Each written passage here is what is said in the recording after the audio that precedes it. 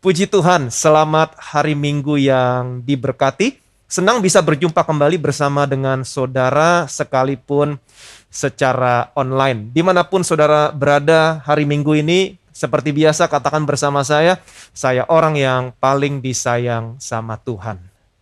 Amin. Bilang sama kiri kanan saudara, kamu orang yang paling disayang sama Tuhan. Amin. 2022, the year of Amin. Dari semua yang baik yang dijanjikan Tuhan kepada saudara, kepada saya, tidak ada yang tidak dipenuhi, semuanya akan dipenuhi. Sebab Kristus adalah ya buat semua janji Allah buat saudara, buat saya yang ada dalam Yesus, bukan ya dan tidak, tetapi hanya ada ya. Artinya buat saudara dan saya yang ada di dalam Yesus, janji Allah pasti digenapi. Dan oleh Dia kita berkata amin untuk memuliakan Allah sebagai pihak yang memberikan janji. Itu sebabnya hari ini saya mau kasih tahu sama saudara, apapun yang terjadi dan apapun yang saudara alami di hari-hari terakhir ini, atau apapun yang orang-orang katakan tentang apa yang akan terjadi sepanjang tahun 2022, saya mau kasih tahu sama saudara, jangan takut. Katakan bersama saya, jangan takut. Amin. Semuanya ada di bawah kendali Tuhan. Dan Tuhan tidak pernah tinggal diam melihat segala sesuatunya. Dan ingat, saudara punya janji Tuhan. Janjinya, Dia turut bekerja dalam segala sesuatu untuk mendatangkan kebaikan buat saudara, buat saya. Hari ini saudara dan saya memang hidup di dalam dunia di mana segala sesuatu yang buruk bisa datang begitu mudahnya buat sebagian orang. Saya mau saudara mengerti, Allah tidak pernah merancangkan dunia yang seperti demikian. Sejak Adam dan Hawa jatuh dalam dosa, semua ciptaan juga ikut jatuh bersama-sama dengan Adam dan Hawa. Alkitab mengatakan, upah dosa adalah maut. Jadi sejak Adam dan Hawa jatuh dalam dosa, maut menjalar kepada semua orang, termasuk kepada semua ciptaan. Saudara bisa melihat, dan ini menjadi kenyataan. Semua binatang menjadi tua dan mati. Tumbuh-tumbuhan juga pada akhirnya gugur dan mati. Tetapi saya punya kabar baik. Segala sesuatunya berubah ketika Allah mengutus anaknya, yaitu Yesus. Yesus datang ke dalam dunia ini. Yesus mati di atas kayu salib. Dan pada hari yang ketiga, Allah membangkitkan Yesus dari kematian. Yesus mengalahkan maut. Dia naik ke surga dan hidup selama-lamanya. Yang percaya boleh bilang amin. Sebagai orang percaya, itu sebabnya saya selalu mengingatkan kepada saudara, betapa pentingnya saudara dan saya selalu menyadari identitas, posisi, keberadaan saudara dan saya di dalam Yesus. Waktu Yesus mati di atas kayu salib, sesungguhnya Yesus mati sebagai saudara dan saya. Kematian Yesus adalah kematian saudara dan kematian saya. Dan ingat, waktu Yesus dikuburkan, saudara dan saya juga dikuburkan bersama-sama dengan Yesus. Demikian juga, waktu Yesus dibangkitkan, saudara dan saya dibangkitkan bersama-sama dengan Yesus. Jadi, kematian Yesus adalah kematian saudara, kematian saya. Kebangkitan Yesus adalah juga kebangkitan saudara dan kebangkitan saya. Yang percaya boleh bilang amin. Dan saya berdoa, biarlah kuasa kebangkitan Yesus juga mengalir dalam tubuh saudara, dalam tubuh saya. Dengan kata lain, hari ini saudara dan saya adalah orang-orang yang secara spiritual sudah dibangkitkan, tetapi masih tinggal dalam tubuh jasmani yang belum dibangkitkan. Tetapi saya punya kabar baik, waktu Yesus datang yang kedua kali nanti, maka tubuh jasmani saudara dan saya akan diubahkan menjadi tubuh kemuliaan. Yang percaya boleh bilang amin. Yesus mati, Yesus bangkit, Yesus naik ke surga, Dia duduk di sebelah kanan Allah. Sekarang Yesus ada di tempat yang tinggi, di mana semua musuh tidak dapat lagi menjamah Yesus, termasuk virus, kuman, penyakit, bahkan musuh yang terakhir yang namanya maut sudah ditaruh di bawah kaki Yesus. Yesus duduk di sebelah kanan Allah, di tempat yang tinggi. Alkitab berkata jauh lebih tinggi dari pemerintah, penguasa, kekuasaan, dan dari setiap nama yang dapat disebut. Dan Allah juga memberikan tempat kepada saudara dan saya bersama-sama dengan Yesus di surga. Dengan demikian, hari ini saya mau saudara mengerti, hari ini saudara dan saya juga sedang duduk bersama-sama dengan Yesus di sebelah kanan Allah. Jadi Yesus duduk di sebelah kanan Allah. Bukan untuk kepentingan Yesus. Dia duduk di sebelah kanan Allah. Untuk kepentingan saudara, kepentingan saya. Sama seperti wakil rakyat yang duduk di parlemen. Mereka duduk di sana sebagai saudara dan saya. Tugas mereka duduk di sana adalah untuk kepentingan saudara dan saya.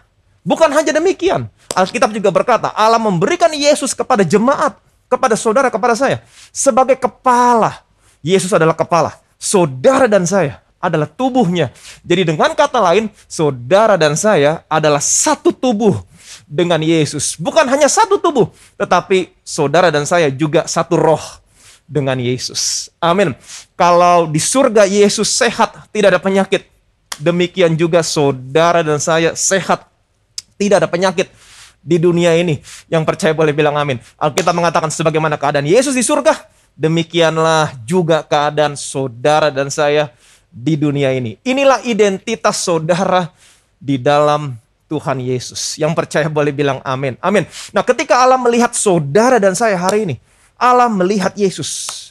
Itu sebabnya hidup saudara dan saya, segala sesuatunya adalah melihat Yesus. Minggu yang lalu kita sudah sama-sama belajar. Waktu saudara melihat Yesus, maka saudara akan menjadi sama seperti Yesus. Melihat, maka saudara akan menjadi sama seperti apa yang saudara lihat.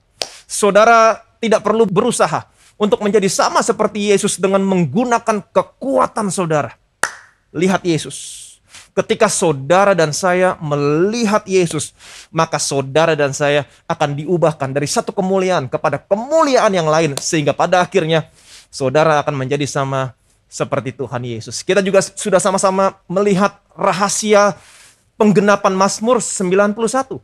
Ingat, Mazmur 91 dimulai dengan kalimat orang yang duduk dalam lindungan yang maha tinggi. Pertanyaan saya, di mana tempat yang maha tinggi? Di dalam Yesus. Nah, hari ini semua orang percaya sedang duduk bersama-sama dengan Tuhan Yesus di sebelah kanan Allah di surga, di tempat yang maha tinggi. Amin. Sekalipun hari ini saudara dan saya hidup di dunia ini, tetapi saudara harus memiliki kesadaran bahwa saudara sedang duduk bersama-sama dengan Tuhan Yesus di sebelah kanan Allah di surga. 1.000 orang boleh rebah di sisimu, 10.000 rebah di sebelah kananmu, semuanya tidak akan pernah menimpa saudara. Kenapa? Karena saudara jauh lebih tinggi dari semua musuh-musuh saudara.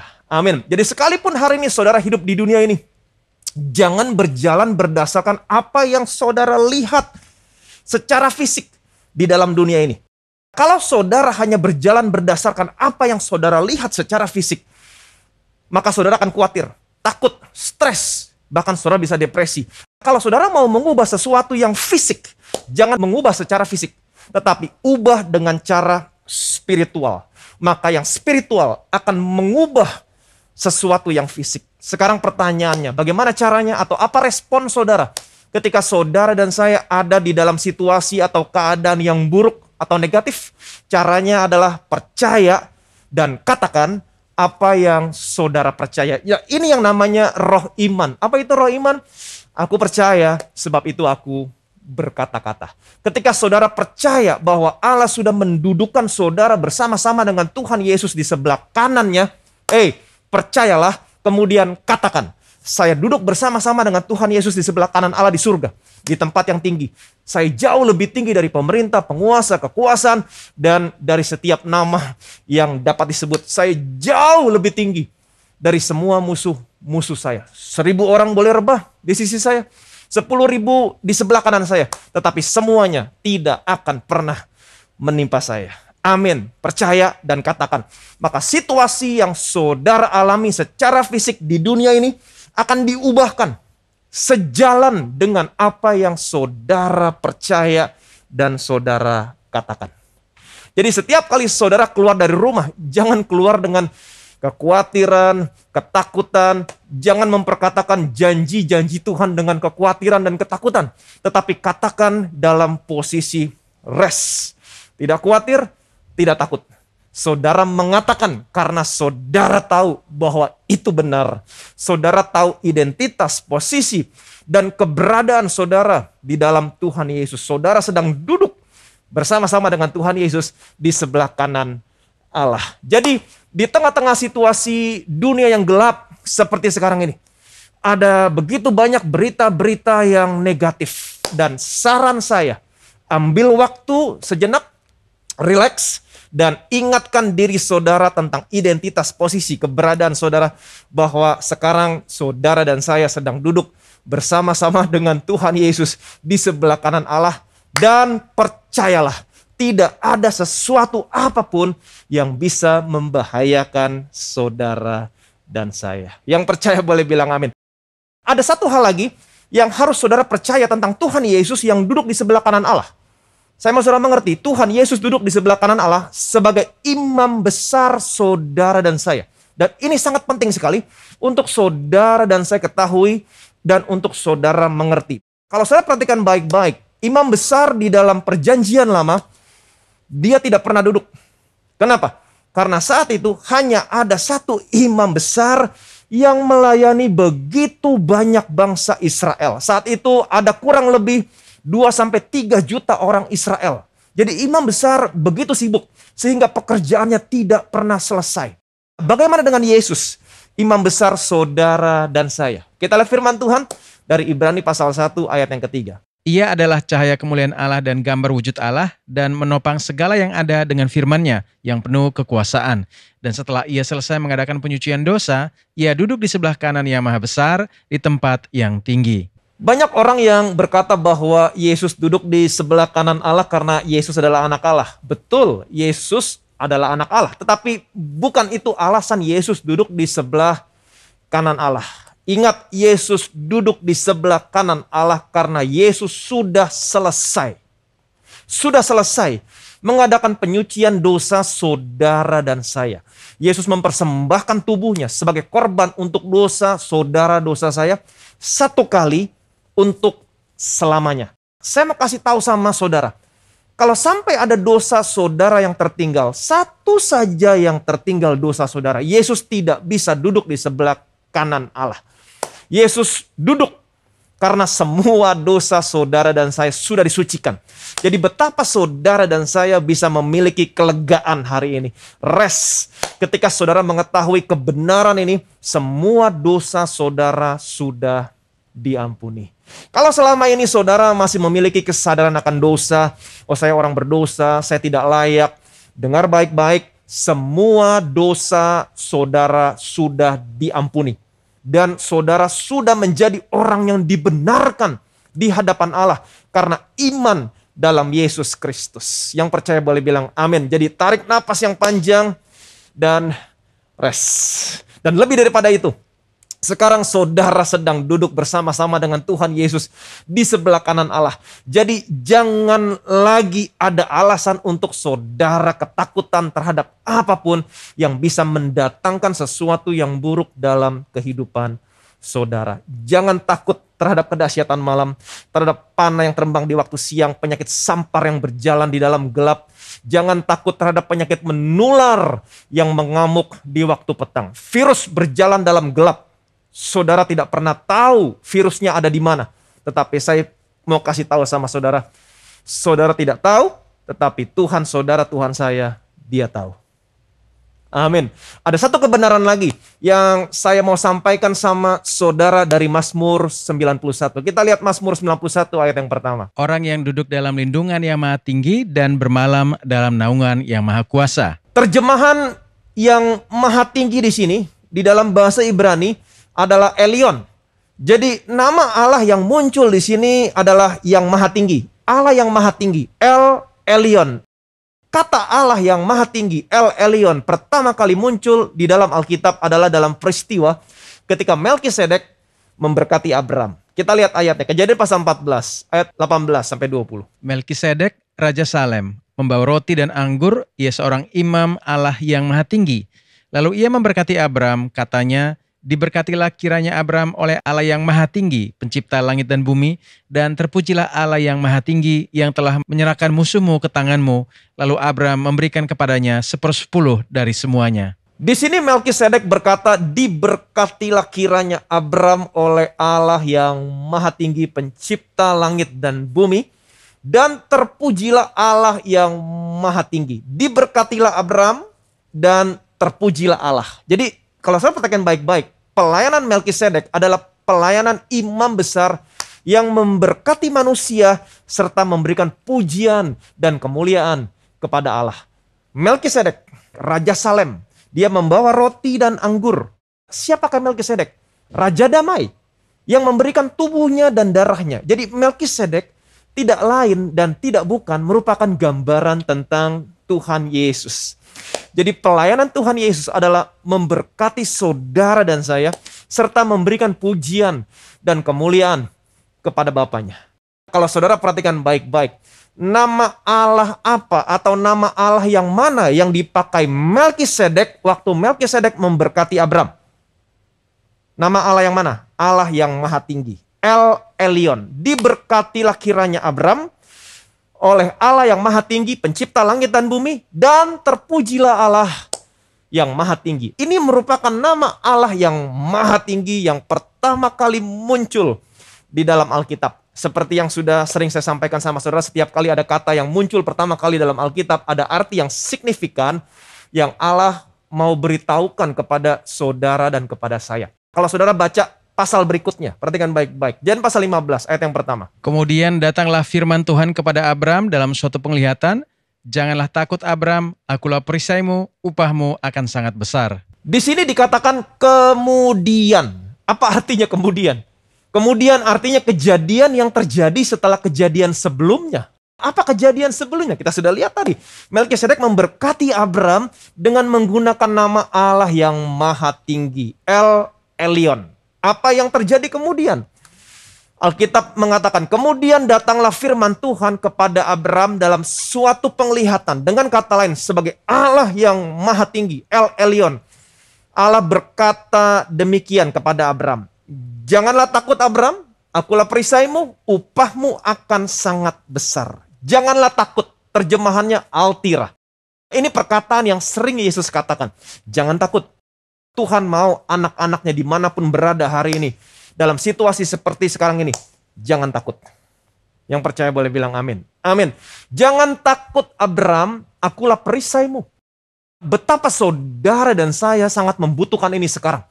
Saudara dan saya bisa membayangkan Allah menampakkan diri kepada saudara, kepada saya dan berkata, jangan takut. Akulah perisaimu. Apa artinya? Allah akan menjadi perisai yang memproteksi saudara. Wow, jadi di tengah-tengah pandemi seperti sekarang ini, Allah mau berkata sama saudara, jangan takut, akulah perisaimu. Yang percaya boleh bilang amin.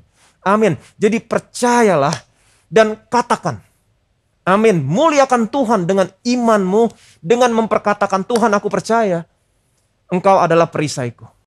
Allah bukan hanya sebagai perisai buat Abram.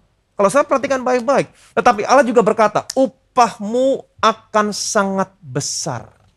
Jadi dengan kata lain, kalau saudara percaya dan berlari kepada Allah untuk sebuah perlindungan, menjadikan dia sebagai tempat perlindungan saudara, sebagai perisai saudara, maka akan ada upah yang besar dari Allah buat saudara. Luar biasa. Allah memberikan upah yang besar kepada orang yang menjadikan Allah sebagai tempat perlindungannya. Amin. Amin. Amin. Dan Allah juga berkata kepada Abram, aku akan memberkati orang yang memberkati engkau. Aku akan mengutuk orang yang mengutuk engkau. Apa yang Allah katakan adalah benar. Dan ini juga berlaku buat saudara dan saya sebagai keturunannya Abram. Itu sebabnya Yesus berkata kepada saudara, berdoalah bagi musuhmu. Kenapa saudara harus berdoa bagi musuh saudara? Karena saudara juga menerima berkatnya Abram. Allah akan memberkati orang yang memberkati saudara, dan Allah akan mengutuk orang yang mengutuk saudara. Wow. Kalau ada orang yang berbuat sesuatu yang buruk atau berbuat sesuatu yang jahat sama saudara, saudara harus berdoa buat mereka. Mungkin saudara berkata, bukankah di dalam perjanjian baru tidak lagi ada kutuk dan penghukuman? Saya mau saudara mengerti, untuk orang-orang yang ada di dalam Yesus Kristus, untuk saudara dan untuk saya, memang tidak lagi ada penghukuman dan kutuk. Kutuk dan penghukuman di dalam perjanjian baru adalah untuk mereka yang tidak percaya dan yang menentang Injil Yesus Kristus dan yang mau menyakiti umatnya. Ada begitu banyak contoh Saudara bisa lihat di dalam Kisah Para Rasul. Ada seseorang yang bernama Elimas. Saudara bisa lihat nanti di rumah. Kisah 13 ayat 8 sampai dengan 11. Elimas adalah tukang sihir. Elimas berusaha membelokkan jalan Tuhan. Dan Paulus berkata kepada Elimas, "Hai anak iblis, engkau penuh dengan rupa-rupa tipu muslihat dan kejahatan. Engkau musuh segala kebenaran. Tidakkah engkau akan berhenti membelokkan jalan Tuhan yang lurus itu? Sekarang lihatlah, tangan Tuhan datang menimpa engkau. Dan engkau akan menjadi buta beberapa hari lamanya. Engkau tidak dapat melihat matahari." Apa yang terjadi? Elimas, dia mengalami kebutaan. Kalau saudara lihat contoh yang lain di dalam Kisah Para Rasul, ada Ananias dan Safira di sana. Dan saya mau saudara mengerti, Ananias dan Safira mereka berdua bukan orang percaya. Tetapi mereka hidup di tengah-tengah orang percaya. Mereka memanfaatkan cara hidup orang percaya. Mereka mencoba mengambil keuntungan di sana. Kemudian Petrus menegur Ananias dan Safira. Tetapi mereka berdusta kepada Roh Kudus dan pada akhirnya kedua-duanya mati. Jadi sesungguhnya di sini Allah mau memperlihatkan dan memberikan perlindungannya kepada anak-anaknya. Saya mau saudara mengerti, sesungguhnya hatinya Allah tidak mau menghukum. Saudara masih ingat waktu Yesus masuk ke Samaria? Orang-orang Samaria mereka menolak Yesus. Kemudian dua orang murid Yesus yang bernama Yohanes dan Yakobus berkata kepada Yesus, "Tuhan, apakah engkau mau supaya kami menurunkan api dari langit untuk membinasakan mereka?" Apa respon Yesus? Alkitab menceritakan kemudian Yesus berpaling dan menegur mereka. Kemudian Yesus pergi ke desa yang lain. Amin. Kembali kepada Melkisedek dan Abram. Jadi ini yang Allah katakan. Ketika Allah menyatakan dirinya sebagai Allah yang maha tinggi. El Elyon. Akulah perisaimu. Upahmu akan sangat besar. Jadi dalam situasi seperti sekarang ini, kalau saudara percaya dan berlari kepada Allah untuk sebuah perlindungan, menjadikan Allah sebagai tempat perlindungan dan sebagai perisai saudara, maka Allah akan berkata sama saudara, "Jangan takut, akulah perisaimu." Allah akan memproteksi saudara dan Allah akan memberikan upah yang besar buat saudara, buat saya. Amin. Amin. Amin. Jadi nama Allah yang maha tinggi, El Elyon, muncul pertama kali di dalam Alkitab ketika imam besar Melkisedek memberkati Abram. Diberkatilah kiranya Abram oleh Allah yang maha tinggi, pencipta langit dan bumi. Dan terpujilah Allah yang maha tinggi. Kemudian sebagai Allah yang maha tinggi, El Elyon, Allah berkata kepada Abram, "Janganlah takut Abram, akulah perisaimu, upahmu akan sangat besar." Pelayanan Melkisedek adalah pelayanan imam besar yang memberkati manusia serta memberikan pujian dan kemuliaan kepada Allah. Siapakah Melkisedek? Melkisedek tidak lain tidak bukan merupakan gambaran tentang Tuhan Yesus. Jadi pelayanan Tuhan Yesus adalah memberkati saudara dan saya serta memberikan pujian dan kemuliaan kepada Bapaknya. Kalau saudara perhatikan baik-baik, nama Tuhan di dalam bahasa Ibrani terjemahannya adalah Yud-He-Vav-He, YHWH. Dalam Alkitab saudara dan saya terjemahannya Tuhan, huruf besar semua. Kita lihat firman Tuhan dari Yesaya pasal 53 ayat yang keempat. Tetapi sesungguhnya penyakit kitalah yang ditanggungnya dan kesengsaraan kita yang dipikulnya.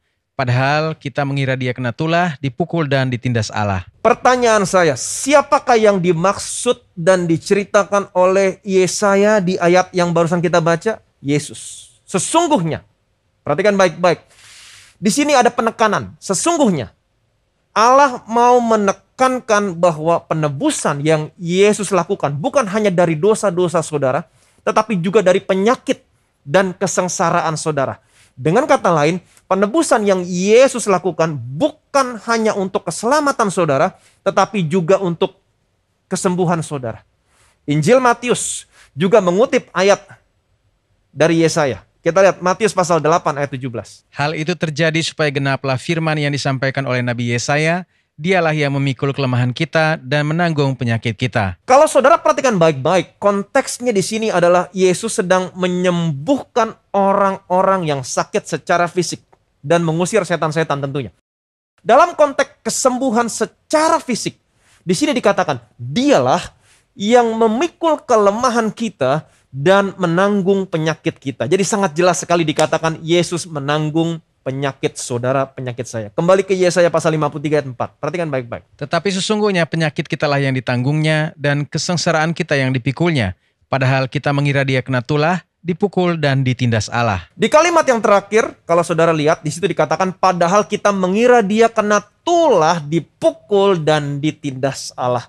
Jadi waktu Yesus tergantung di atas kayu salib, keadaannya begitu mengerikan, begitu buruk, bahkan bentuknya tidak lagi seperti anak manusia.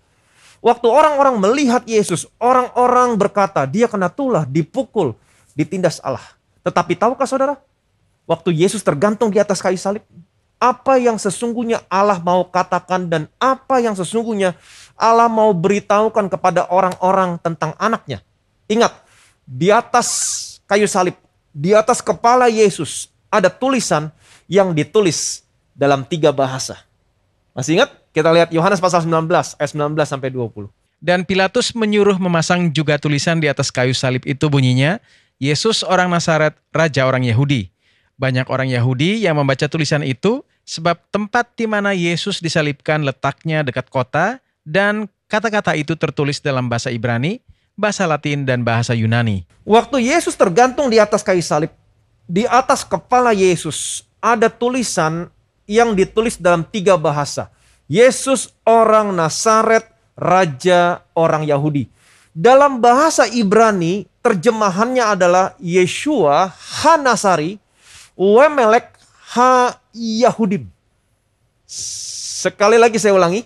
Yeshua ha-Nasari, Wemelek ha-Yahudim.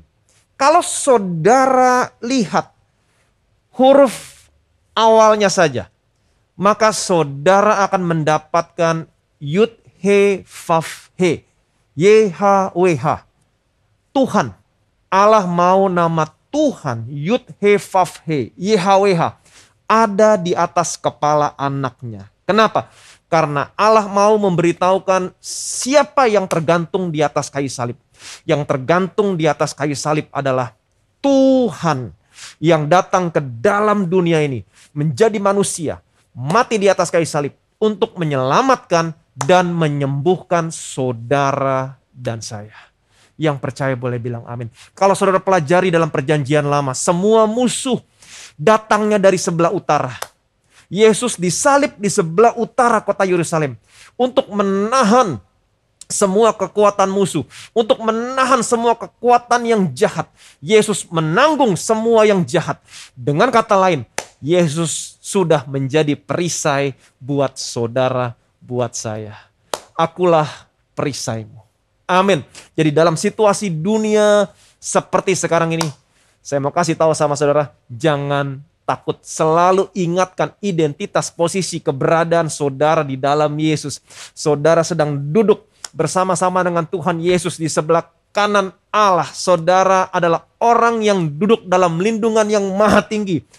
El Elyon, sebagai Allah yang maha tinggi, Allah berkata, jangan takut, akulah perisaimu, upahmu akan sangat besar. Ini janji Allah buat saudara dan saya sebagai keturunannya Abraham.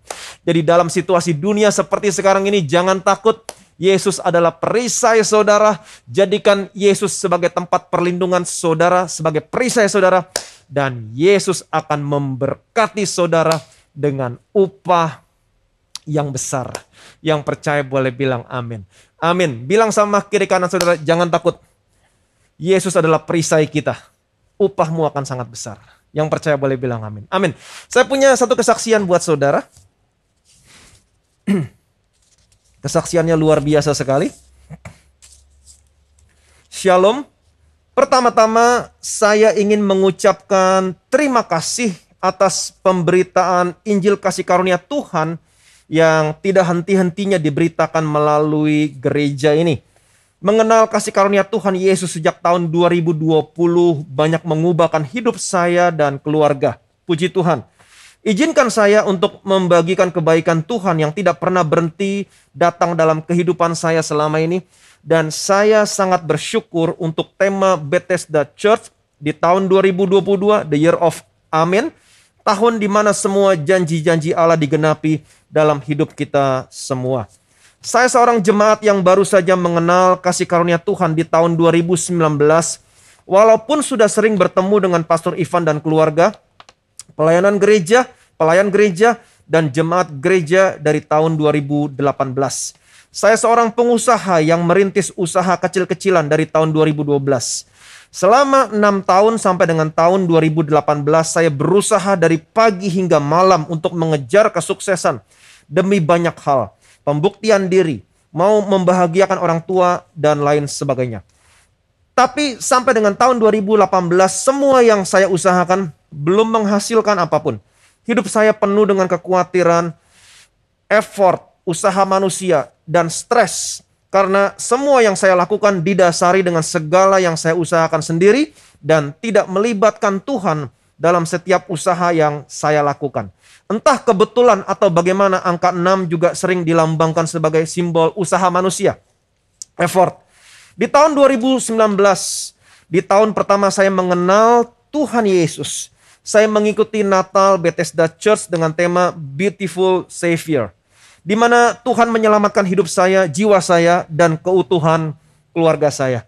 Saya seorang suami dari istri yang merupakan ibu rumah tangga dan ayah dari 1 orang anak yang sangat saya syukuri. Tahun 2019 adalah tahun di mana saya belajar apa itu artinya rest, berserah kepada Tuhan, melalui YouTube untuk pertama kalinya. Suatu malam, seperti biasa, saya tidak bisa tidur karena ada begitu banyak kekhawatiran dalam hidup saya. Entah bagaimana Tuhan menggerakkan saya untuk membuka channel YouTube Bethesda Church. Karena saya penasaran, apa sih yang gereja ini beritakan? Dan saya ingat betul, muncul rekomendasi video yang berjudul Rest. Bukan kita yang cari Tuhan, tetapi Tuhan yang cari kita semua. Amin. Pewahyuan tentang Tuhan menciptakan langit dan bumi selama 6 hari. Dan di hari ke-7 Tuhan beristirahat. Sampai dengan pewahyuan tentang perbekalan yang Tuhan siapkan sebelum tahun ke-7, di mana sebuah tanah tidak boleh digarap atau rest atau diusahakan, menjadi awal perjalanan Tuhan selamatkan dan ubahkan hidup saya dan keluarga. Saya mulai bisa tidur dengan baik setiap malam. Satu hari dalam seminggu saya coba luangkan waktu untuk keluarga, walaupun itu hanya di rumah saja. Karena keadaan ekonomi yang terbatas untuk liburan keluar kota, apalagi keluar negeri. Di tahun ini juga melalui Bethesda Church saya belajar untuk duduk mendengarkan firman Tuhan, memuji Tuhan, dan berkata-kata yang baik. Sebab ada tertulis, aku percaya, sebab itu aku berkata-kata. Tahun 2020, tahun di mana pandemi COVID melanda, beberapa cabang dari usaha kecil yang saya jalankan harus tutup karena lockdown, dan tidak ada kebijakan yang meringankan beban sewa usaha dari pihak pengelola. Tetapi puji Tuhan, di tahun yang sama dengan cara yang indah, Tuhan memampukan saya untuk membuka suatu usaha kecil yang baru, yang diberkati Tuhan, sehingga berkat Tuhan dapat terus mengalir melalui usaha ini sampai dengan hari ini. Puji Tuhan. Di saat yang bersamaan, saya dan keluarga harus melakukan restrukturisasi KPR rumah kami, karena sumber penghasilan kami yang bukan hanya terdampak, melainkan berhenti total operasionalnya. Saya juga memutuskan untuk menutup polis asuransi saya karena harus ada biaya yang dikurangkan setiap bulannya. Saya hanya berkata dalam hati saya, Tuhan yang jaga tubuh saya supaya terus sehat dan terproteksi sempurna. Bukan tidak ingin berhikmat untuk berjaga-jaga, tapi sungguh tidak ada kemampuan saat itu. Tapi puji Tuhan, satu keluarga kami tidak pernah sakit selama pandemi COVID ini sampai dengan hari ini. Puji Tuhan. Tahun 2021, the battle is the Lord's. Kehidupan keluarga kami, Tuhan pelihara sempurna. Berkat yang cukup, sehat sempurna, dan selalu ada kehidupan. Di tahun di mana varian Delta sedang ganas-ganasnya, puji Tuhan, istri dan anak kami semuanya sehat sempurna, termasuk saya.